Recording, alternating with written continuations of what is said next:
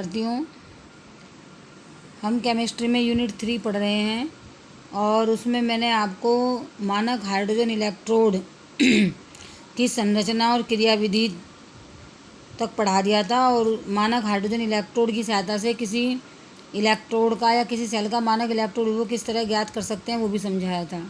अब उससे अगला टॉपिक है वैद्युत रासायनिक श्रेणी,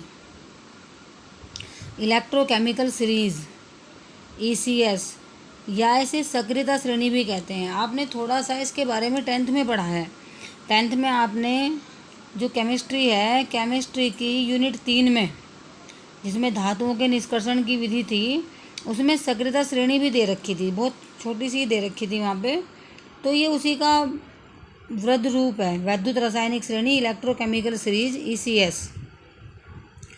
तो वैद्युत रासायनिक श्रेणी क्या होती है, इलेक्ट्रोकेमिकल सीरीज किसे कहते हैं हम? तो इलेक्ट्रोडों के इलेक्ट्रोड पोटेंशियल, ये EP लिखा है, EP, electrode potential. Electrode potential means electrode विभव, पोटेंशियल को कहते हैं विभव। EP, इलेक्ट्रोड पोटेंशियल, इलेक्ट्रोड विभव को मानक अपचयन विभव के घटते हुए क्रम में व्यवस्थित करने पर जो श्रेणी प्राप्त होती है उसे वैद्युत रासायनिक श्रेणी कहते हैं।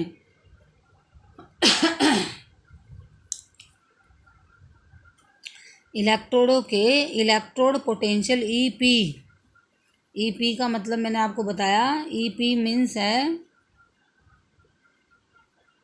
Electrode potential.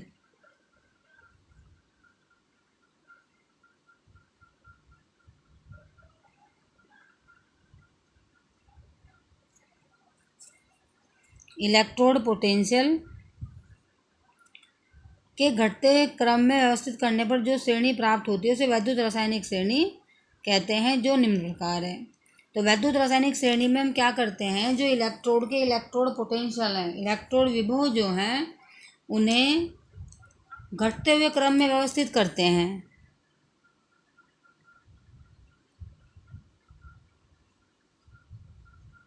घटते हुए क्रम में व्यवस्थित करते हैं। तो इलेक्ट्रोडों को इलेक्ट्रोड पोटेंशियल के घटते हुए क्रम में व्यवस्थित करने पर जो श्रेणी प्राप्त होती है उसे वैद्युत रासायनिक श्रेणी कहते हैं।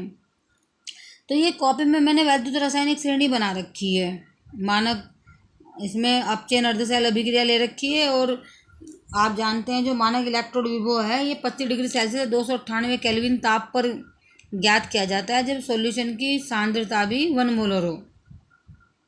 ठीक है, देखिए आप, ये बुक में इस तरह से दे रखी है, बुक में ये वैद्युत रासायनिक श्रेणी इस तरह से दे रखी है। इसमें सारे एलिमेंट लिखे हैं, ये यहाँ पर तत्वों की अर्धशैल अभिक्रियाएं लिखी हुई हैं और ये यहाँ पर इनके मानक इलेक्ट्रोड विभव लिखे हुए हैं। तो ये तो सारे एलिमेंट लिखे हुए इसमें लगभग। मैंने जो कॉपी में बनाए हैं वो कुछ मेन एलिमेंट लिए हैं जो बार बार आते रहते हैं क्वेश्चन में भी। ठीक है, मैंने कॉपी में मेन एलिमेंट लिए हैं, तो आप जो मैंने कॉपी में बना रखी है उसी को आप लिख लेंगे। तो एक तरफ तो ये हो गई अपचयन अर्धशैल अभिक्रिया और एक तरफ यहाँ पे हो गया 25 डिग्री सेल्सियस 298 केल्विन ताप पर मानक इलेक्ट्रोड विभव।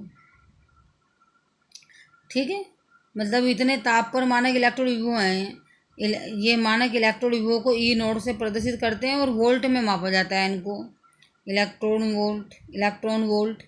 ठीक है, तो यहाँ पर ये सबसे ऊपर तो इसमें अधातु हैं, फिर हाइड्रोजन है, फिर नीचे धातु हैं, इस तरह से है। तो यहाँ पर सबसे पहले ऊपर देखिए आप, ये फ्लोरीन है, फ्लोरीन का मानक इलेक्ट्रोड विभव 2.87 इलेक्ट्रॉन वोल्ट है।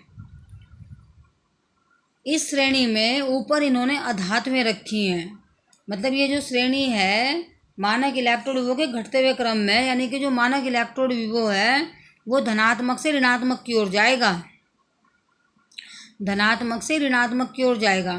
तो सबसे ऊपर यहाँ पर सबसे अधिक सक्रिय, सबसे अधिक क्रियाशील धातु आ गई fluorine, F2+2 electron equal to 2F minus, और यह इसका इलेक्ट्रोड विभव है 2.87।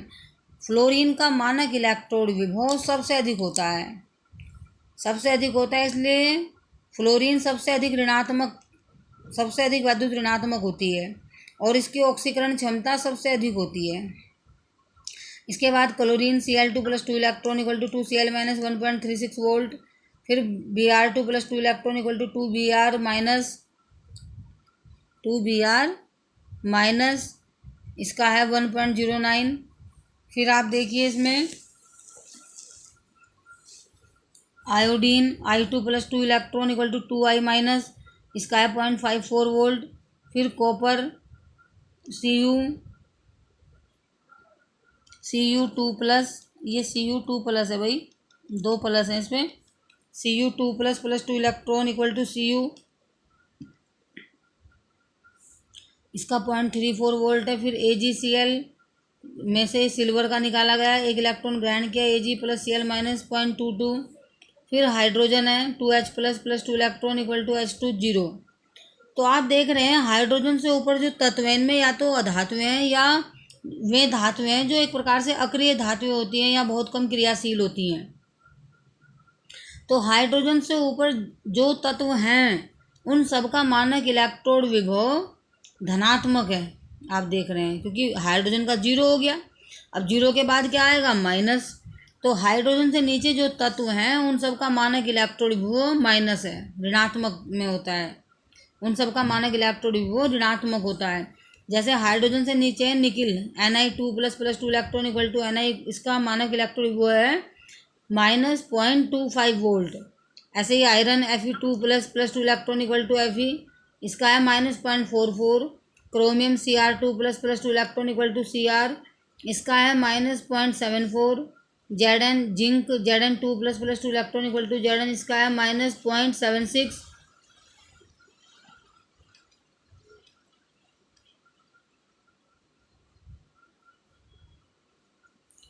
फिर एल्यूमिनियम Al3+ + 3 इलेक्ट्रॉन, एल्यूमिनियम -1.66। फिर magnesium Mg2+ + 2 electron equal to Mg, इसका -2.36। फिर sodium Na++ electron equal to Na -2.71। K++ electron equal to K -2.93। Li++ electron equal to Li -3.05। तो आपने देखा इस वैद्युत रासायनिक श्रेणी में, इसमें मैंने मेन एलिमेंट सारे लिख दिए ताकि आपको वो याद हो जाए। ये वो एलिमेंट हैं जो बार बार आते रहते हैं, क्वेश्चन में भी आते हैं। तो वे सभी तत्व जो हाइड्रोजन से ऊपर हैं उन सब का मानक इलेक्ट्रोड विभव धनात्मक है, हाइड्रोजन का 0 है। हाइड्रोजन से जो नीचे आ रहे हैं उन सब का मानक इलेक्ट्रोड विभव ऋणात्मक है। तो इसमें बहुत सारे इसकी विशेषताएं अब आप पढ़ेंगे, इसमें बहुत सारे पॉइंट आते हैं। सबसे पहली बात तो यह है कि जब इस वैद्युत रासायनिक श्रेणी में हम ऊपर से नीचे आते हैं,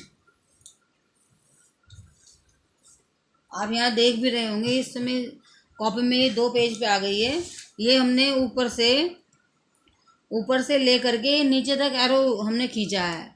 जब इस वैद्युत रासायनिक श्रेणी में ऊपर से नीचे आते हैं, ये ऊपर से नीचे आते हैं तो धातुओं की अपचायक क्षमता बढ़ती है। धातुओं की अपचायक क्षमता बढ़ती है, धातुओं की अपचायक क्षमता का बढ़ता क्रम।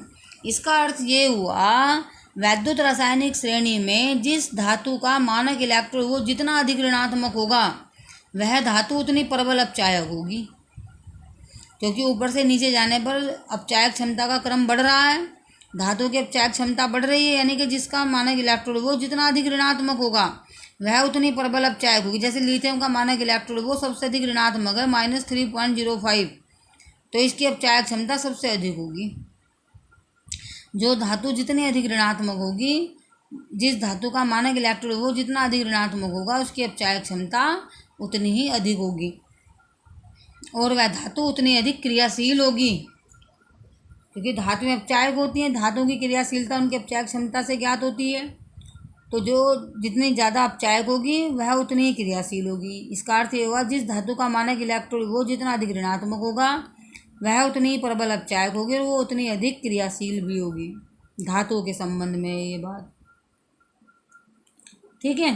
दूसरा क्या है कि जब इस वैद्युत रासायनिक श्रेणी में नीचे से ऊपर की ओर जाते हैं, देख रहे हैं आप ये लाइन, जब इस वैद्युत रासायनिक श्रेणी में नीचे से, ये यहाँ पर देख रहे हैं आप, नीचे से ऊपर की ओर जाते हैं, ये यहाँ ऊपर आ गए हम, ये एरो बना हुआ ना ऊपर की ओर, तो अधातुओं की ऑक्सीकारक क्षमता बढ़ती है। अधातुओं की ऑक्सीकारक, ये ऑक्सीडेशन लिखा है OXIDN, ऑक्सीकारक, ऑक्सीकरण को इंग्लिश में ऑक्सीडेशन कहते हैं। ऑक्सीकारक क्षमता का बढ़ता क्रम, अधातुओं की ऑक्सीकारक क्षमता का बढ़ता क्रम, अधातुओं की ऑक्सीकारक क्षमता का बढ़ता क्रम। मतलब जब हम इस श्रेणी में नीचे से ऊपर की ओर आते हैं, ये नीचे से ऊपर की ओर आ गए, तो अधातुओं की ऑक्सीकारक क्षमता बढ़ेगी।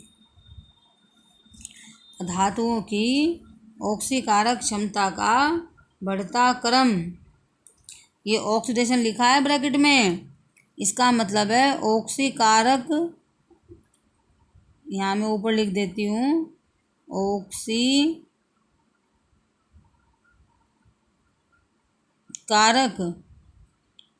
क्षमता ब्रैकेट में कर का बढ़ता क्रम, अधातुओं की ऑक्सीकारक क्षमता का बढ़ता क्रम। और आप ये देख रहे हैं श्रेणी में नीचे से ऊपर जाने पर मानक इलेक्ट्रॉन विभव धनात्मक हो रहे हैं, और फ्लोरीन का मानक इलेक्ट्रॉन विभव सबसे अधिक धनात्मक है 2.87। तो इसका मतलब ये हुआ फ्लोरीन सबसे अधिक प्रबल ऑक्सीकारक है। अधातुएं ऑक्सीकारक होती हैं, आप जानते हैं अधातुएं क्या होती हैं, ऑक्सीकारक। उनमें इलेक्ट्रॉन ग्रहण करके ऋणायन बनाने की प्रवृत्ति होती है, इलेक्ट्रॉन ग्रहण करके ऋणायन बनाने की प्रवृत्ति होती है, तो अधातुएं ऑक्सीकारक होती हैं। तो जिस अधातु का मानक इलेक्ट्रॉन विभव जितना अधिक धनात्मक होगा, जिस धातु का मानक इलेक्ट्रॉन विभव जितना अधिक धनात्मक होगा, वह उतनी ही प्रबल ऑक्सीकारक होगी, वह उतनी ही प्रबल ऑक्सीकारक होगी, और उसकी क्रियाशीलता भी उतनी ही अधिक होगी। इस वैद्युत रासायनिक श्रेणी में ध्यान से सुनिए आप, ऊपर से नीचे जाने पर तो धातुओं की क्रियाशीलता बढ़ रही, क्योंकि उनकी अपचायक क्षमता बढ़ रही। धातुओं की क्रियाशीलता उनकी अपचायक क्षमता पर डिपेंड करती है। और इस श्रेणी में नीचे से ऊपर की ओर जाने पर, यहाँ पर ये नीचे से ऊपर की ओर जाने पर, नीचे से ऊपर की ओर जाने पर अधातुओं की ऑक्सीकारक क्षमता बढ़ती है, अधातुओं की ऑक्सीकारक क्षमता बढ़ती है, ठीक है। और आप जानते हैं धातु की जो ऑक्सीकारक क्षमता है, ये इनकी क्रियाशीलता से संबंधित होती है। जिस अधातु की ऑक्सीकारक क्षमता जितनी अधिक होगी, वो उतनी अधिक क्रियाशील होगी। या आप ये कह सकते हैं कि जिस अधातु का मानक इलेक्ट्रॉन वो जितना अधिक धनात्मक होगा, वह उतनी ही प्रबल ऑक्सीकारक होगी और उतनी ही अधिक क्रियाशील होगी, उतनी अधिक क्रियाशील होगी। तो आप देखिए अब इसमें इसकी विशेषताएं, सबसे पहले ये नोट देखिए आप, वे सभी तत्व जो ECS का मतलब क्या है, इलेक्ट्रोकेमिकल सीरीज, इलेक्ट्रोकेमिकल सीरीज को कहते हैं ECS। वे सभी तत्व जो ECS में हाइड्रोजन से नीचे स्थित हैं तथा जिनका मानक इलेक्ट्रॉन वो अधिक ऋणात्मक होता है, वे शी का मतलब क्या है, standard hydrogen electrode, standard hydrogen electrode,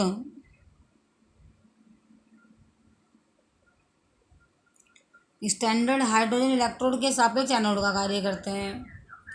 क्या कहा है इन्होंने कि वे सभी तत्व जो ECS इलेक्ट्रोकेमिकल सीरीज में हाइड्रोजन से नीचे स्थित हैं, जो हाइड्रोजन से नीचे हैं,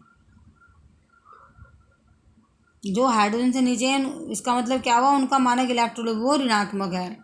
तो वे सभी मानक इलेक्ट्रोड विभव तथा जिनका मानक इलेक्ट्रोड विभव अधिक ऋणात्मक होता है, वे सी के सापेक्ष एनोड का कार्य करते हैं, मतलब मानक हाइड्रोजन इलेक्ट्रोड के सापेक्ष एनोड का कार्य करते हैं। बात आपकी समझ में आ गई होगी। वे सभी तत्व जो ECS में हाइड्रोजन से नीचे हैं, जिनका मानक इलेक्ट्रोड वो अधिक ऋणात्मक है, वे सभी मानक हाइड्रोजन इलेक्ट्रोड के सापेक्ष एनोड का काम करेंगे, क्योंकि वे सभी हाइड्रोजन से अधिक क्रियाशील हैं, हाइड्रोजन से अधिक क्रियाशील होते हैं वो सभी, क्योंकि उनका मानक इलेक्ट्रोड वो अधिक ऋणात्मक है।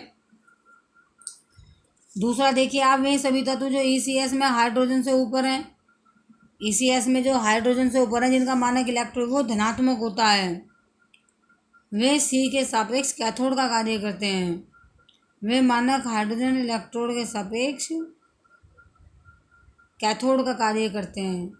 अगर ऐसे तत्वों के इलेक्ट्रोड को जिनका इलेक्ट्रोकेमिकल सीरीज में हाइड्रोजन से ऊपर स्थान है, तो वे सभी इलेक्ट्रोड जो होते हैं वो सी के सापेक्ष कैथोड का कार्य करेंगे, कैथोड का कार्य करते हैं। जिनका इलेक्ट्रोड विभव ऋणात्मक में एनोड का कार्य करेंगे, जिनका इलेक्ट्रोड विभव धनात्मक में कैथोड का कार्य करेंगे। इस बात का विशेष ध्यान रखना है, न्यूमेरिकल में ध्यान देना पड़ता है इस बात पर।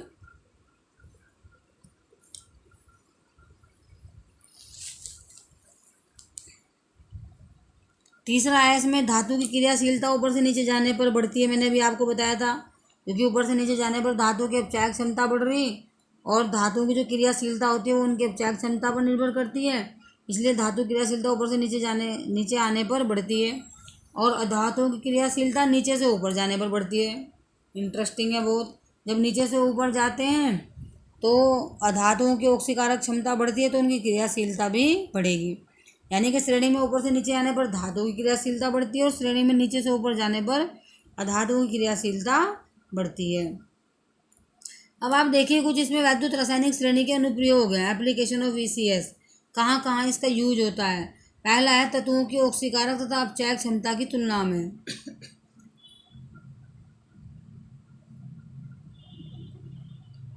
अनुप्रयोग का मतलब होता है उपयोग, एप्लीकेशन ऑफ ईसीएस। कहाँ कहाँ इसका यूज होता है।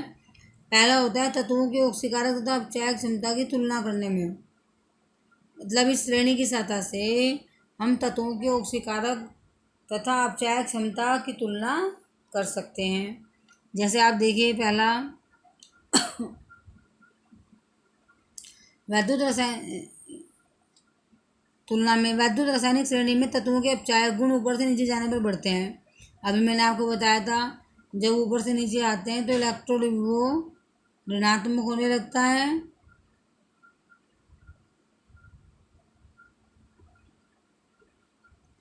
जिससे धातुओं की अपचायक क्षमता बढ़ जाती है, उनकी क्रियाशीलता बढ़ जाती है।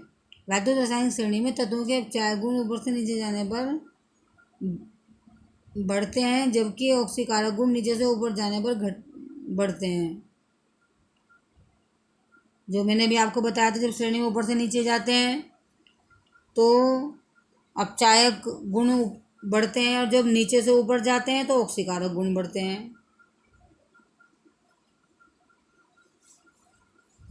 ऑक्सीकारक गुण बढ़ते हैं, मैंने आपको भी बताया। तो इनकी तुलना करनी है हमें। जैसे ये जिंक का मानक इलेक्ट्रोड वो है ई नोड Zn 2+ Zn।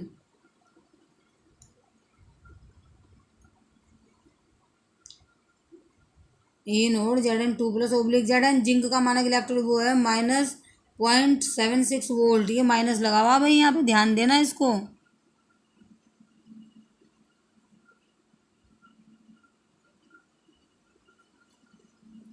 ये माइनस लगा हुआ है इसमें।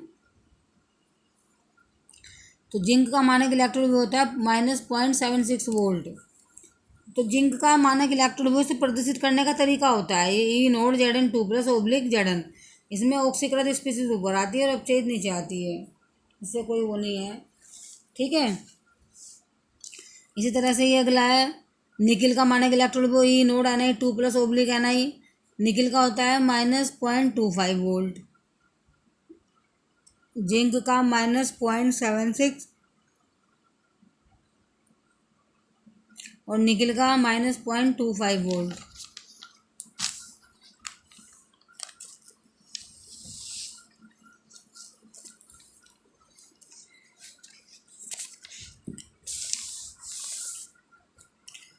तो इनमें निकिल की तुलना में जिंक प्रबल अपचायक है, क्योंकि ईसीएस मैंने इलेक्ट्रोकेमिकल सीरीज में निकिल, क्योंकि ईसीएस में यह निकिल से नीचे स्थान पर स्थित है। कौन? जिंक। जो इलेक्ट्रोकेमिकल सीरीज है उसमें जिंक का स्थान निकिल से नीचे है, ठीक है। और जब निकिल से नीचे है तो उसका मानक इलेक्ट्रोड वो अधिक ऋणात्मक होगा तथा इसका मानक इलेक्ट्रोड वो ये लिखा है ना यहाँ ई नोड का मतलब क्या होता है? मानक इलेक्ट्रोड वो अधिक ऋणात्मक है।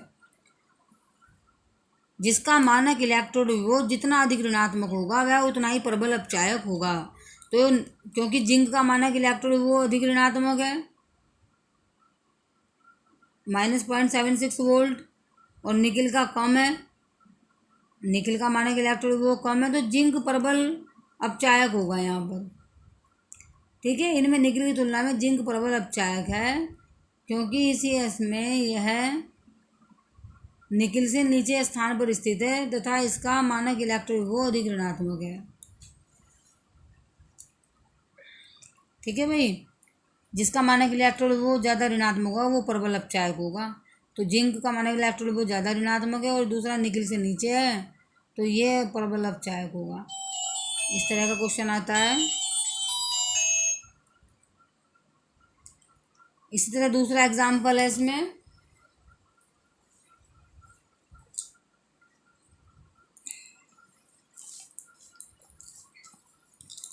इसी तरह इसमें ये दूसरा एग्जाम्पल है कॉपर और सिल्वर का। ई नोड Cu2+/Cu, ये कॉपर का मानक इलेक्ट्रोड विभव है, मतलब किसी इलेक्ट्रोड का इलेक्ट्रोड विभव हम इस तरह प्रदर्शित कर देते हैं। मानक इलेक्ट्रोड विभव को ई नोड से प्रदर्शित करते हैं। नोड का मतलब होता है मानक अवस्था। और जैसे हम कॉपर इलेक्ट्रोड का इलेक्ट्रोड विभव प्रदर्शित कर रहे हैं तो इसे लिखेंगे हम Cu2+/Cu, मतलब इसमें ऑक्सीकृत स्पीसीज ऊपर लिखी जाती है और अपचयित नीचे, चाहे वो ऑक्सीकारक का इलेक्ट्रोड विभव है चाहे वो अपचयन का इलेक्ट्रोड विभव है, दोनों में एक जैसा ही लिखा जाता है। तो कॉपर का मानक इलेक्ट्रोड विभव ई नोड Cu2+/Cu ये होता है बराबर 0.34 वोल्ट, और ई नोड Ag+/Ag ये होता है 0.22 वोल्ट। कॉपर का मानक इलेक्ट्रोड विभव 0.34 वोल्ट और सिल्वर का 0.22 वोल्ट। तो इन दोनों में देखेंगे कौन प्रबल ऑक्सीकारक है। अब इनमें क्या होगा, जिसका मानक इलेक्ट्रोड विभव ज़्यादा धनात्मक होगा, जिसका मानक इलेक्ट्रोड विभव ज़्यादा धनात्मक होगा। आपको मैंने बताया कि ऑक्सीकारक क्षमता नीचे से ऊपर जाने पे बढ़ती है, यानी कि जिसका स्थान वैद्युत रासायनिक श्रेणी में अधिक ऊपर होगा वो प्रबल अपचायक होगा, प्रबल ऑक्सीकारक होगा सॉरी, और उसका मानक इलेक्ट्रोड विभव अधिक धनात्मक होगा। तो इनमें सिल्वर की तुलना में कॉपर अधिक ऑक्सीकारक होगा, क्योंकि यह श्रेणी में सिल्वर से ऊपर स्थित है।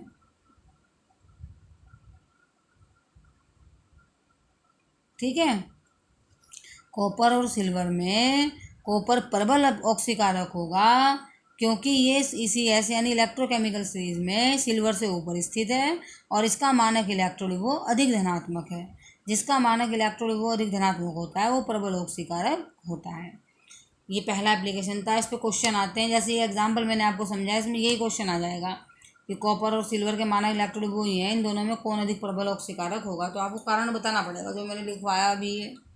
जिसका मानक इलेक्ट्रोड वो अधिक धनात्मक होगा, जो श्रेणी में ऊपर होगा वो प्रबल ऑक्सीकारक होगा, क्योंकि श्रेणी में नीचे से ऊपर जाने पर ऑक्सीकारक क्षमता बढ़ती है। इसके बाद अगला एप्लीकेशन देखिए, रेडॉक्स अभिक्रिया की स्वतः प्रवर्तिता। रेडॉक्स अभिक्रिया की स्वतः प्रवर्तिता ज्ञात करना। स्वतः प्रवर्तिता का मतलब क्या है कि वो अभिक्रिया होगी भी या नहीं। प्रवर्तिता, स्वतः ये बीच में कुछ नहीं है इसमें, स्वतः प्रवर्तिता ज्ञात करना कि वो अभिक्रिया होगी भी नहीं। इसमें से भी क्वेश्चन आता है, जैसे कोई समीकरण दे देंगे कोई रेडॉक्स अभिक्रिया की और आपसे कहेंगे कि ये अभिक्रिया होगी या नहीं होगी, समझ गए। तो यदि जिस धातु का मानक इलेक्ट्रोड वो अधिक ऋणात्मक है, वो यदि दूसरी धातु को अपचयित कर रही है तो वो अभिक्रिया होगी, अन्यथा नहीं।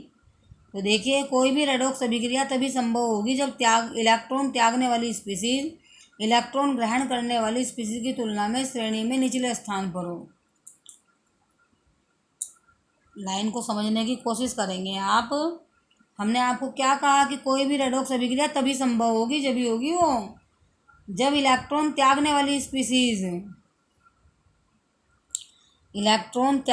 स्पीसीज यानी कि जिसका ऑक्सीकरण हो रहा, इलेक्ट्रॉन ग्रहण करने वाली स्पीसीज की तुलना में श्रेणी में निचले स्थान पर हो। निचले स्थान का मतलब क्या हो, जिसका मानक इलेक्ट्रोड वो अधिक ऋणात्मक होगा, जिसका मानक इलेक्ट्रोड वो अधिक ऋणात्मक होगा वो विक्रिया को कराएगी। फिर जैसे हो गया Fe+Na2+ = Fe2++ ये इक्वेशन है। आयरन यहाँ पर निकिल आयनों के साथ अभिक्रिया करके इसे निकिल में अपचयित कर रहा है और आयरन खुद ऑक्सीकृत हो रहा है। तो उपरोक्त अभिक्रिया स्वतः परिवर्तित होगी, क्योंकि आयरन इलेक्ट्रॉन त्यागने वाली स्पीसीज श्रेणी में Ni इलेक्ट्रॉन ग्रहण करने वाली स्पीसीज से नीचे स्थित है।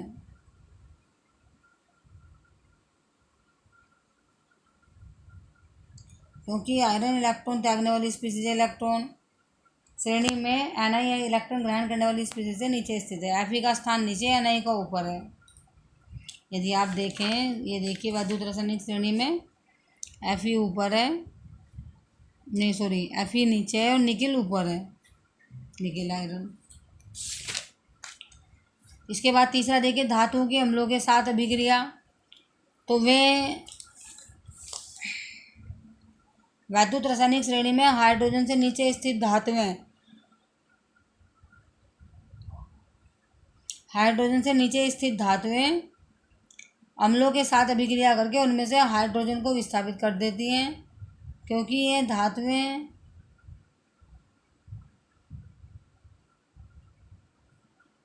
ये धातुएं हाइड्रोजन से प्रबल अपचायक है और इनका ई नोड का मतलब क्या होता है, मानक इलेक्ट्रोड विभव,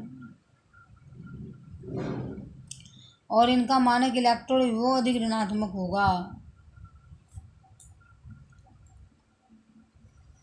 सीधी सी बात है। एक जो वैद्युत रासायनिक श्रेणी है, वैद्युत रासायनिक श्रेणी में जो धातुएं हाइड्रोजन से नीचे हैं, जैसे यह nickel iron, chromium, zinc, aluminium, manganese, sodium, K, Li, ठीक है, ये धातुएं जो हाइड्रोजन से नीचे स्थित है, वे अम्लों में से हाइड्रोजन को विस्थापित कर देती हैं, क्योंकि वो प्रबल अपचायक है और उनका मानक इलेक्ट्रोड वो अधिक ऋणात्मक होता है। ठीक है, तो जिंक जो है, क्योंकि हाइड्रोजन से नीचे है, तो जो अम्ल है H2SO4 उसमें से हाइड्रोजन को हटा देगी, Zn plus H2SO4 equal to ZnSO4 plus H2, ये होगी इक्वेशन। इसके बाद अगला इसमें आता है विस्थापन अभिक्रिया। ये भी आसान है, ये उसमें भी था 10th में। एक अधिक क्रियाशील धातु कम क्रियाशील धातु को उसके लवण के विलयन से विस्थापित कर देती है। यानी कि श्रेणी में जिस धातु का स्थान नीचे है वह अपने से ऊपर स्थित धातु को उसके लवण के विलयन से विस्थापित कर देगी। तो देखिए, श्रेणी में स्थित अधिक क्रियाशील धातु कम क्रियाशील धातु को उसके लवण के विलयन से विस्थापित कर देती है। तो Zn plus FeSO4 equal to ZnSO4 plus Fe, Zn plus FeSO4 equal to ZnSO4 plus Fe।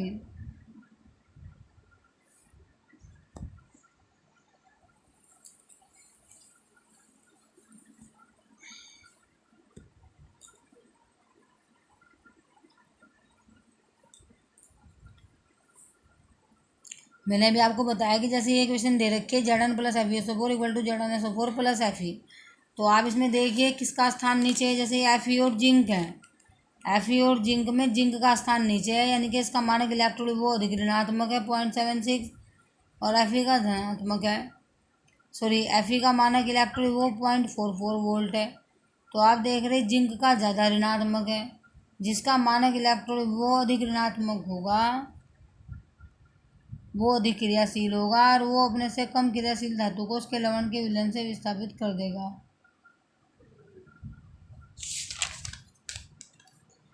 तो यहाँ पर ये Zn plus FeSO4 equal to ZnSO4 plus Fe, ये अभिक्रिया होगी या नहीं होगी, क्वेश्चन पूछा जाएगा आपसे। तो ये अभिक्रिया होगी, क्योंकि जिंक जो है वैद्युत रासायनिक श्रेणी में आयरन से नीचे है और इसका मानक इलेक्ट्रोड वो अधिक ऋणात्मक है, तो ये FeSO4 से Fe को विस्थापित कर देगा। जिंक का मानक इलेक्ट्रोड वो दे रखा 0.76 वोल्ट, Fe का मानक इलेक्ट्रोड वो दे रखा 0.44 वोल्ट। ठीक है, जिंक अधिक क्रियाशील है क्योंकि इसका मानक इलेक्ट्रोड वो आयरन से अधिक ऋणात्मक है, इसलिए जिंक आयरन को FeSO4 से विस्थापित कर देता है।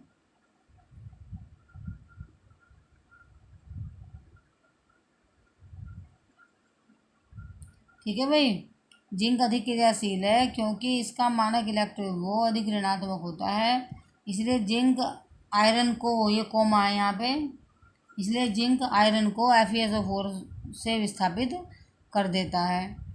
तो यहाँ पर मैंने अभी आपको बताया जिंक का मानक इलेक्ट्रोड वो अधिक ऋणात्मक है, वो अधिक क्रियाशील धातु है, और इसलिए जिंक जो है FeSO4 से Fe को विस्थापित करके ZnSO4 बना लेगा। ठीक है भैया, आसान है ये। अगला देखिए, सेल का वैद्युत वाहक बल ज्ञात करना, EMF। EMF होता है electromotive force, electromotive force EMF।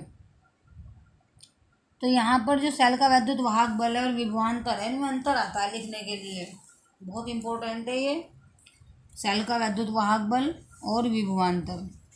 तो पहले तो आप वैद्युत वाहक बल देखिए, इलेक्ट्रोमोटिव फोर्स इस EMF। वैद्युत रासायनिक श्रेणी से किसी वैद्युत रासायनिक सेल का EMF मानक परिस्थितियों में ज्ञात किया जा सकता है। यह सेल में कैथोड व एनोड के मानक अपचयन विभव के अंतर के बराबर होता है। अगर हमें किसी सेल का वैद्युत वाहक बल EMF या इलेक्ट्रोड विभव निकालना हो, तो तब हम इसमें ये फॉर्मूला लगाते हैं, E naught cell equal to E naught cathode, E naught cell बराबर E naught cathode minus E naught anode. ठीक है, तो वैद्युत रासायनिक श्रेणी से किसी वैद्युत रासायनिक सेल का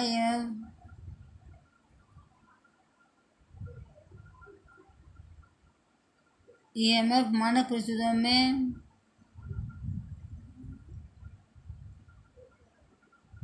फिर से सुनिए इसको, वैद्युत रासायनिक श्रेणी से किसी वैद्युत रासायनिक सेल का EMF मानक परिस्थितियों में ज्ञात किया जाता है। मैंने आपको बताया हम मानक इलेक्ट्रोड विभव ज्ञात कर रहे हैं, तो मानक इलेक्ट्रोड विभव तो मानक परिस्थितियों में ज्ञात किया जाएगा। ये जो वैद्युत वाहक बल होता है इलेक्ट्रोमोटिव फोर्स, ये भी मानक परिस्थितियों में ज्ञात किया जाता है।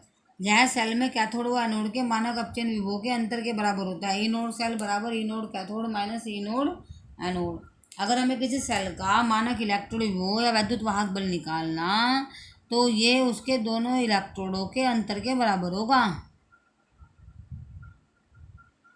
दोनों इलेक्ट्रोडों के अंतर के बराबर होगा। इसे आप करेंगे याद। आगे देखिए, विभवांतर तथा वैद्युत वाहक बल में अंतर। विभवांतर किसे कहते हैं भाई, ये अंतर बहुत आता है। जब वैद्युत रासायनिक सेल के दोनों इलेक्ट्रोडों के मध्य वैद्युत धारा प्रवाहित होती है, तब दोनों इलेक्ट्रोडों के विभव के अंतर को विभवांतर कहते हैं। इसे वोल्ट मीटर से ज्ञात करते हैं।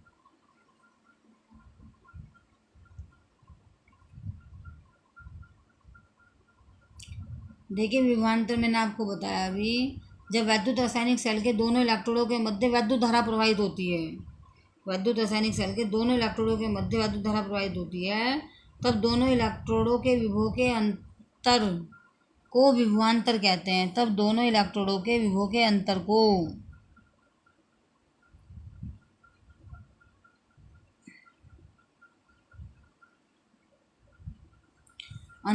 विभवांतर कहते हैं। इसे वोल्टमीटर से ज्ञात करते हैं। जब दो इलेक्ट्रोडों के मध्य वैद्युत धारा प्रवाहित हो रही है। वैद्युत वाहक बल क्या है, जब वैद्युत रासायनिक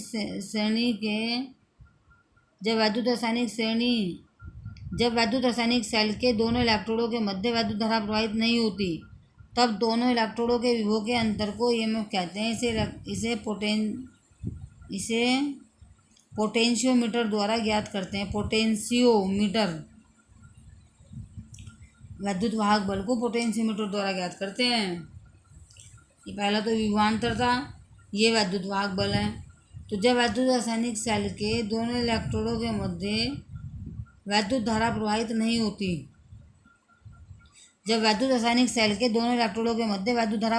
होती, तब दोनों इलेक्ट्रोडों के विभव के अंतर को वैद्युत वाहक बल कहते हैं। इसे पोटेंशियोमीटर द्वारा ज्ञात करते हैं।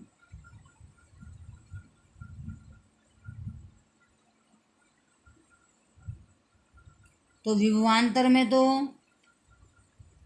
दोनों इलेक्ट्रोडों के मध्य वैद्युत धारा प्रवाहित हो रही, तो जब इलेक्ट्रोड विभव के में जो अंतर होगा वो तो होगा विभवांतर। और जब दोनों इलेक्ट्रोडों के मध्य वैद्युत धारा प्रवाहित नहीं होती, उस समय जो दोनों इलेक्ट्रोडों के विभव का अंतर होगा वो होगा वैद्युत वाहक बल। यह है विभवांतर और वैद्युत वाहक बल। अब इसमें 2-3 क्वेश्चन है। जैसे ये क्वेश्चन दे रखा, निम्न सेल के CD2+/CD इलेक्ट्रोड के लिए मानक अपचयन की गणना करिए। इस तरह के क्वेश्चन आएंगे। ये क्वेश्चन बोर्ड में जरूर आते हैं और बिल्कुल आसान है, देखने में ऐसे लगेंगे कि पता नहीं क्या है।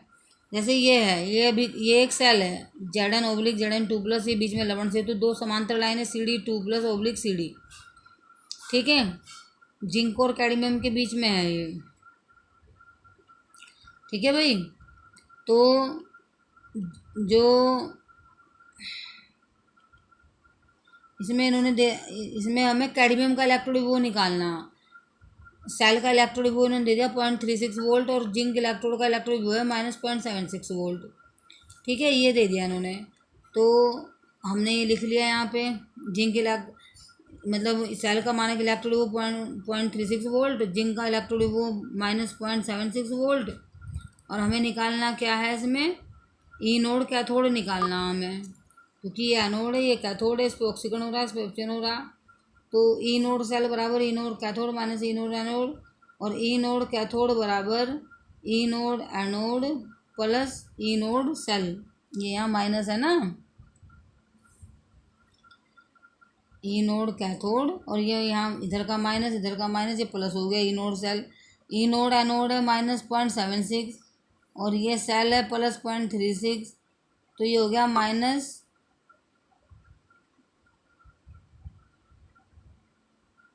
वोल्ट।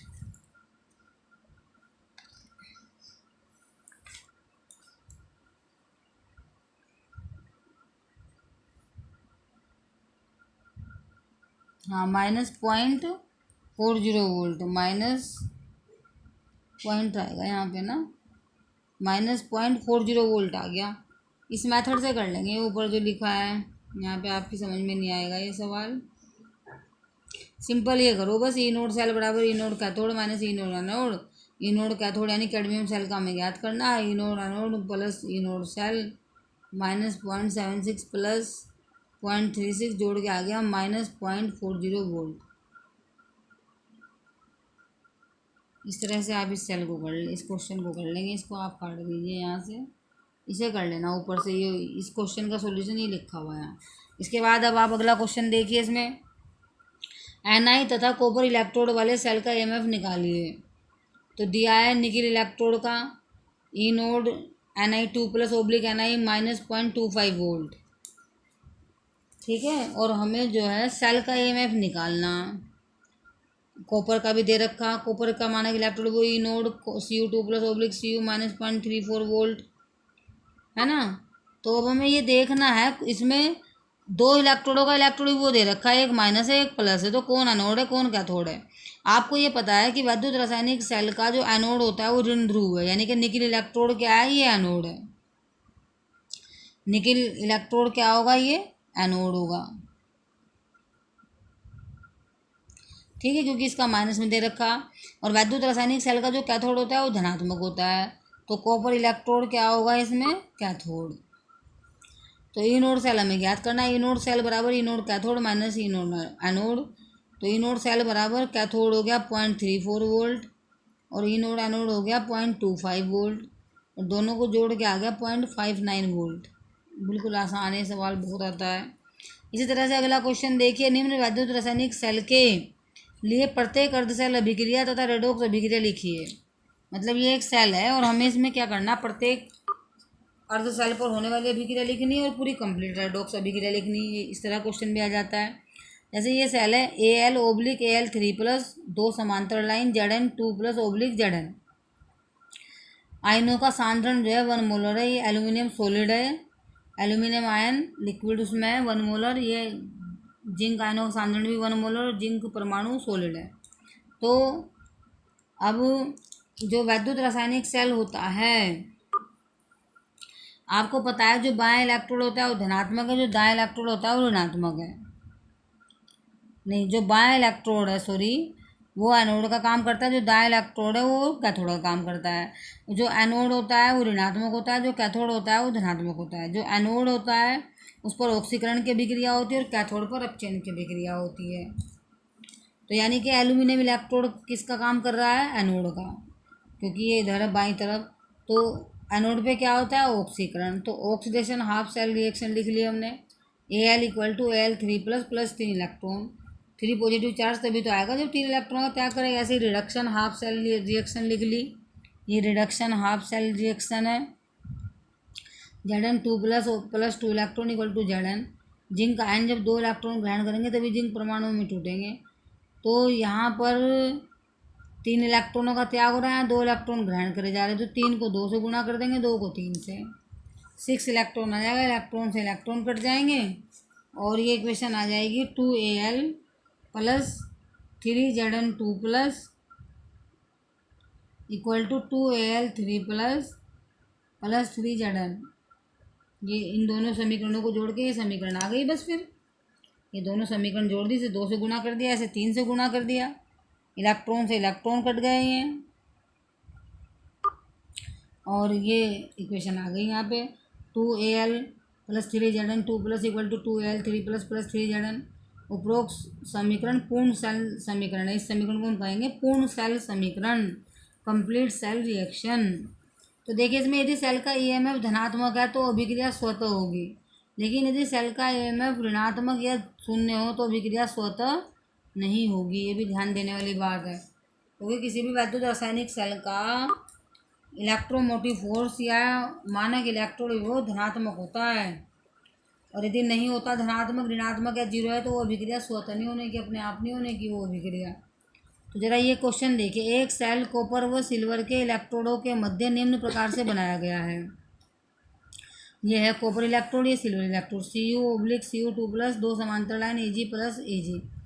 तो यहाँ पर कॉपर परमाणु सॉलिड है, कॉपर आयनों का सांद्रण 1 मोलर है, सिल्वर आयनों का सांद्रण भी 1 मोलर है और सिल्वर परमाणु सॉलिड है। यदि दोनों अर्ध सेल मानक परिस्थितियों में कार्य करते हैं तो सेल का ईएमएफ ज्ञात कीजिए। कॉपर इलेक्ट्रोड का मानक इलेक्ट्रोड दे रखा 0.34 वोल्ट, सिल्वर का दे रखा प्लस 0.80 वोल्ट। ठीक है। तो अब आप इसमें एक चीज़ देखिए भाई, बड़ी इंटरेस्टिंग है। दोनों का ही मानक इलेक्ट्रोड विभव धनात्मक है, दोनों का ही मानक इलेक्ट्रोड विभव धनात्मक है। तो एनोड कौन होगा? जिसका स्थान सक्रियता श्रेणी में नीचे होगा। अब कॉपर का स्थान सक्रियता श्रेणी में सिल्वर से नीचे है,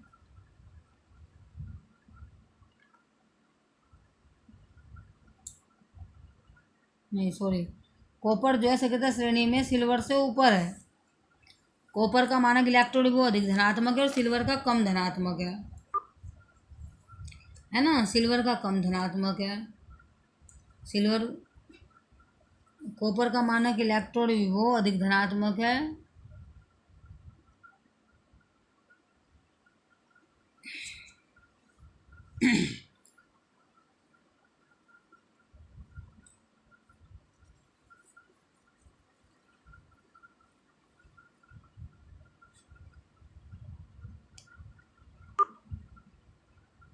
हाँ यहाँ देखिए, आप गलत बोल दिया मैंने। कॉपर का मानक इलेक्ट्रोड विभव कम धनात्मक है और सिल्वर का अधिक धनात्मक है। इसका तो 0.80 हो रहा है ना, इसका अधिक धनात्मक है। तो जो मानक इलेक्ट्रोड विभव कम धनात्मक होगा, जो कम धनात्मक है वो एनोड का काम करेगा, जो अधिक धनात्मक होगा वो कैथोड का कार्य करेगा। यहाँ पे ध्यान देने वाली बात है। तो ई नोड सेल बराबर E naught cathode minus E naught anode. तो ये जो कॉपर इलेक्ट्रोड है ये तो एनोड का काम कर रहा और सिल्वर इलेक्ट्रोड कैथोड का। ठीक है। तो ई नोड सेल कैथोड हो गया 0.80 और एनोड हो गया -0.34। तो 0.80 में से 0.34 घटा दिया तो 0.46 वोल्ट आ गया। ई नोड सेल बराबर आ गया 0.46 वोल्ट। ये जो मैंने क्वेश्चन आपको बताए हैं ये चारों प्रकार के, मतलब चारों ही क्वेश्चन अलग अलग प्रकार के हैं और बहुत इंपॉर्टेंट है। इस तरह का क्वेश्चन जरूर आ जाता है बोर्ड में और बिल्कुल आसान होता है। देखने में ऐसा लगता है कि पता नहीं क्या है ये, लेकिन वास्तव में वो बहुत आसान होता है। ठीक है। तो इन क्वेश्चन को आप अच्छे से समझ के अपनी कॉपी में लिखेंगे। इन्हें अपनी जो नोट्स की कॉपी है, ये टॉपिक आज का बड़ा थोड़ा समझने का था, वैद्युत रासायनिक श्रेणी इलेक्ट्रोकेमिकल सीरीज। इसे ध्यान से आप वीडियो को सुने, समझें और ये नोट्स आप अपनी कॉपी में लिखें और इनको याद करें और इन क्वेश्चन को करें आप। धन्यवाद।